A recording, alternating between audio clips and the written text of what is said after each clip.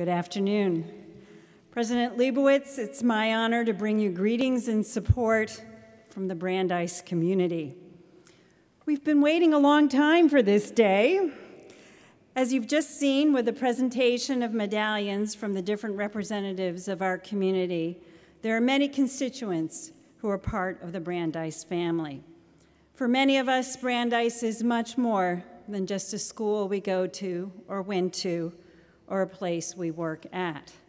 Each of us has our own issues, values, and goals, but we are all united today in welcoming you and your family to the Brandeis community. Soon you will be presented with a presidential chain of office.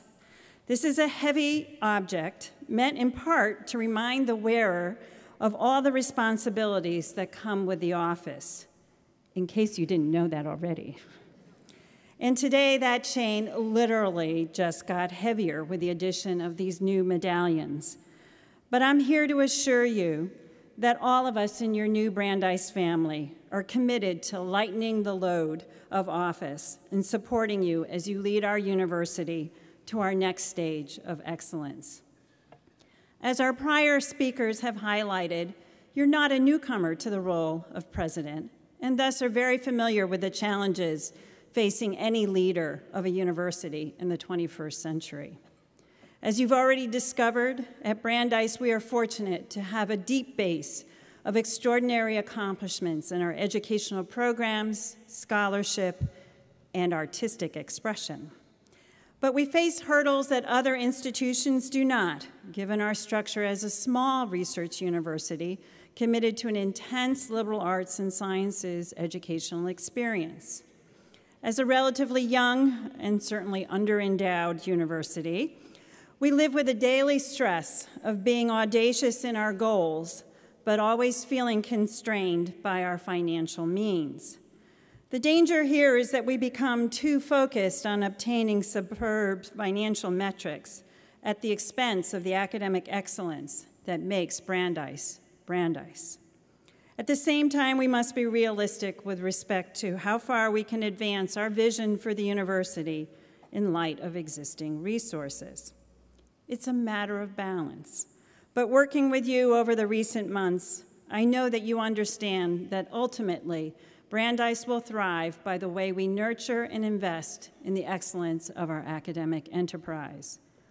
A second hurdle we face is being located in one of the brain capitals of the world. This is both a blessing and a curse for Brandeis. Our location provides opportunities for our scholars and artists to interact with a much wider community of internationally renowned colleagues while still enjoying the intimacy of a smaller campus. We can provide a much broader educational experience for our students that would be possible on our own campus and with our own financial means. But in spite of our distinguished faculty and superb educational programs, we often find ourselves in the shadow of our world-class neighbors. Too often we talk about Brandeis as being a well-kept secret. Well, that must and will now change. I know that under your leadership that we will communicate more effectively all the great things that we do and thus further extend our reputation and standing. As other schools grapple with what it means to be a liberal arts school, Brandeis has been innovative in creating an intense and multifaceted learning experience.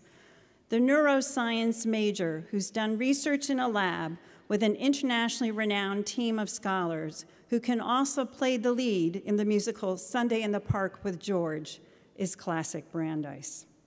As an institution committed to the liberal arts, Brandeis has excelled in bringing theory to practice. As a complex research university, we have succeeded where others have struggled to integrate our professional schools, the Heller School for Social Policy and Management and the Brandeis International Business School, into the undergraduate curriculum. The commitment of our internationally renowned scholars, artists, and practitioners to engage in the teaching of both undergraduate and graduate students means that our students have a highly personalized education with opportunities to engage in real-world discovery and creation. How we do this even better in the years to come will will be an important part of your legacy. As we've heard, Brandeis was founded 68 years ago in the face of exclusion and barriers to Jewish students and scholars in higher education. Since its inception, it's been committed to being a university open to all, based on merit alone. As our university diversity statement states, we are a university that seeks to build an academic community whose members have diverse cultures, backgrounds, and life experiences. Our founders from the American Jewish community understood that a university cannot claim to be academically excellent if it does not advance diversity and promote inclusion.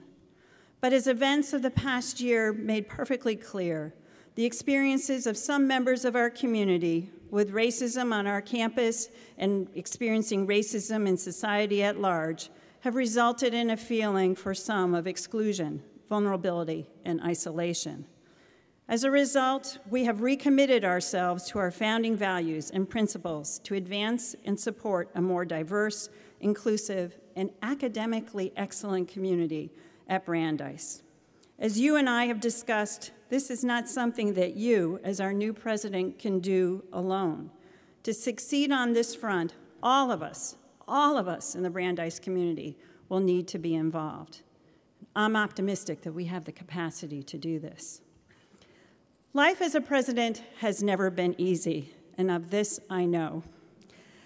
Clark Kerr, Chancellor of the University of California at Berkeley in the 1960s, once said that the key to his success was having the stomach of a goat and the hide of an alligator.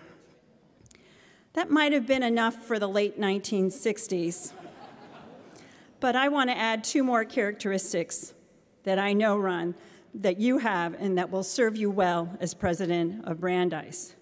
Those are the ability to be a good listener and having a great sense of humor. Campuses across the country are struggling today with issues of free expression and free speech.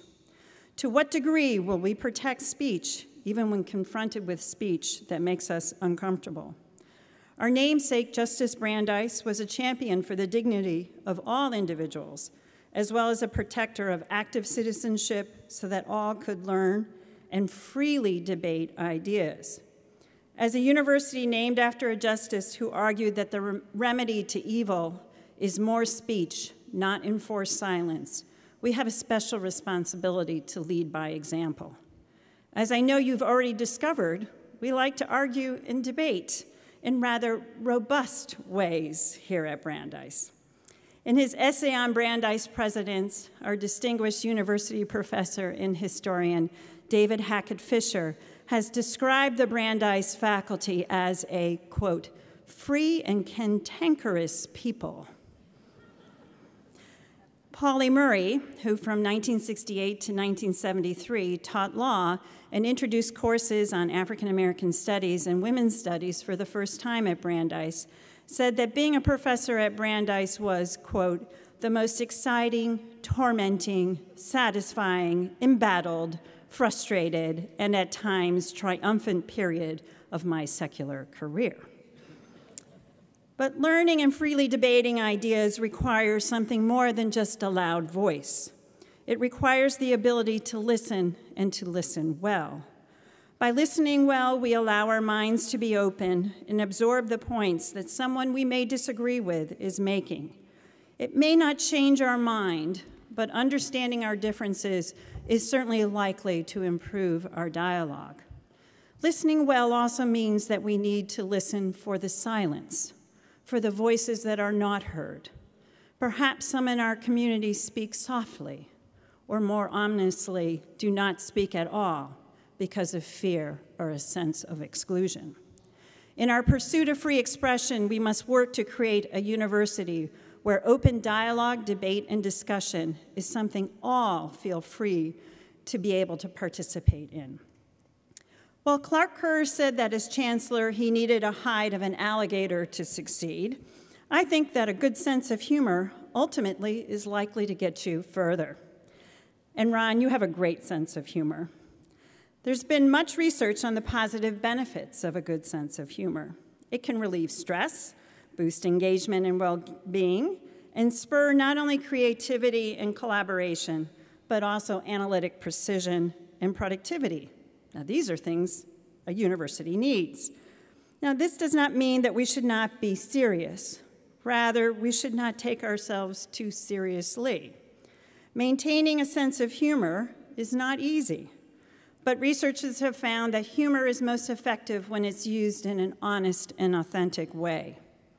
Ron, it's been fun working with you over the past months and experiencing how you have effectively used your great sense of humor to put all of us at ease and promote collaboration among your new young team.